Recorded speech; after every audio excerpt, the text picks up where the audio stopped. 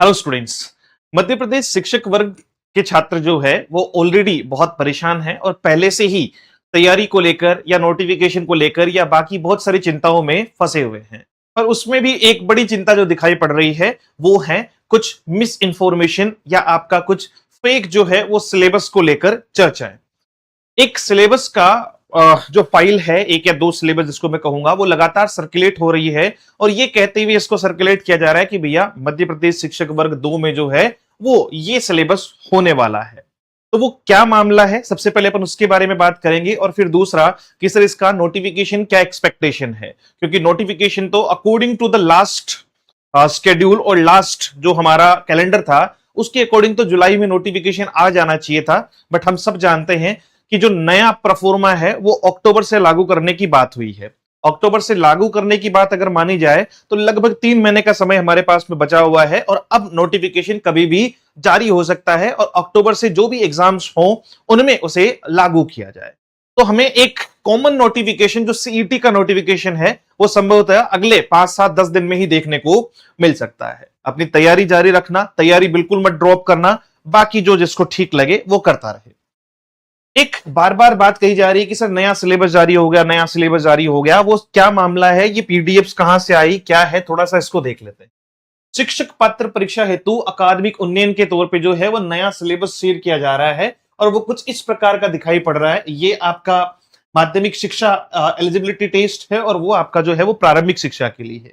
ये माध्यमिक शिक्षा के लिए अगर मैं इसको बहुत ध्यान से देखूं तो एग्जैक्टली वही सिलेबस है जो किसमें दिया हुआ है, वर्ग 1 के प्रीलिम्स में दिया हुआ है ना। ये 120 नंबर और 120 नंबर में कंप्लीट वही सिलेबस है जो हमें वर्ग 1 के प्रीलिम्स में दिया हुआ है। अगर मैं इंग्लिश के बिहाफ पे बात करूं, क्योंकि मैं तो ऑलरेडी इसको 2 बार पढ़ा चुका हूं अभी नए बैचेज में पहले पैसेज है, उसके बाद में वोकैब है, उसके बाद में ग्रामर है और उसके बाद में राइटिंग और फिर आपका पेडागोजी का भी इसमें पार्ट दिया हुआ है और वो सारी चीजें जो है वो उसमें दे रखी है।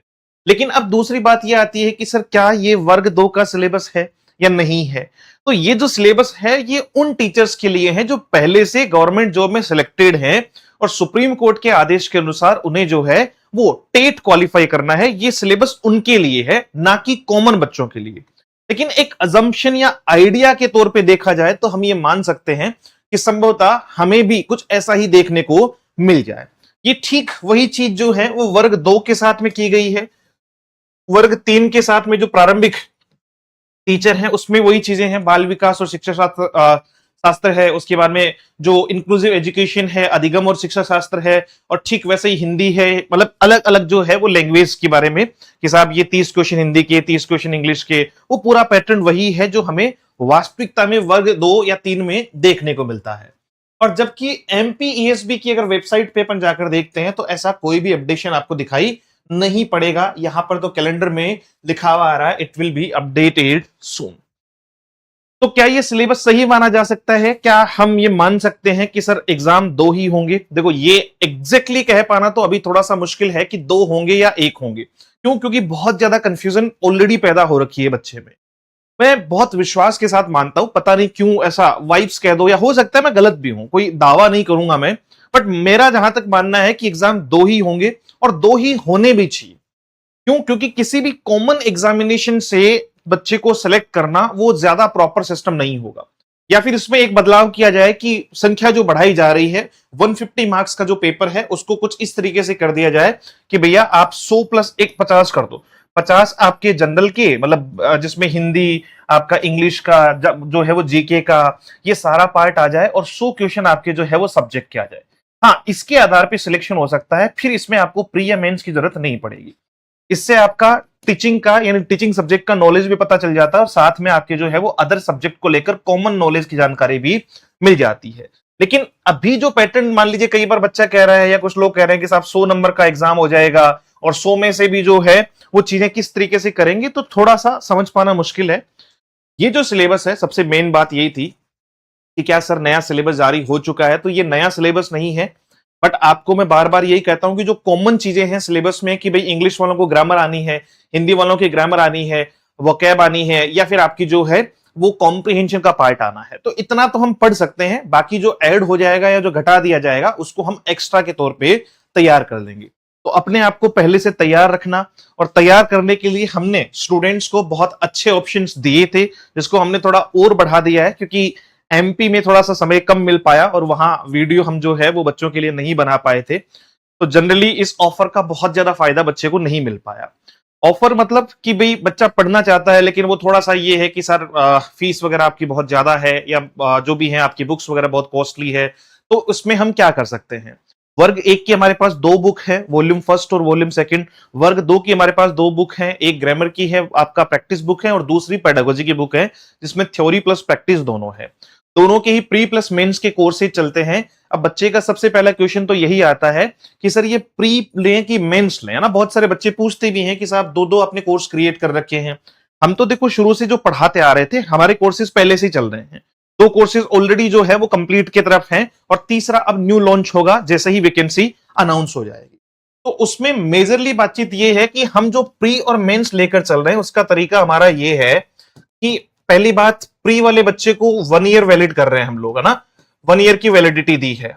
और आपका प्री प्लस मेंस वाला जो स्टूडेंट है, प्री प्लस मेंस वाला है, इसका टिल एग्जाम है। अगर मान लीजिए मेंस का एग्जाम 6 महीने, 12 महीने, 1.5 साल कभी भी होता है, तब तक ये बैच वैलिड रहेगा।